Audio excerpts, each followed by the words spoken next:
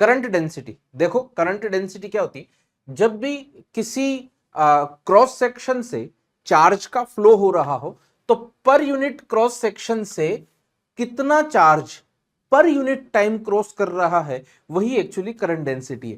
कहने का मतलब हुआ current per unit cross section area is the current density. अच्छा, ये क्रॉस सेक्शन एरिया परपेंडिकुलर होना जरूरी है, अगर परपेंडिकुलर नहीं हुआ तो फिर कंपोनेंट लेना पड़ेगा, एरिया का भी कंपोनेंट लेना पड़ेगा। ठीक है, यूनिट इसकी होगी ampere per metre square, vector quantity है। ठीक है, इसकी डायरेक्शन होती है, करंट की डायरेक्शन नहीं होती है लेकिन करंट डेंसिटी की डायरेक्शन होती है। किस तरफ होती है? जिस तरफ पॉजिटिव चार्ज का फ्लो हो रहा है।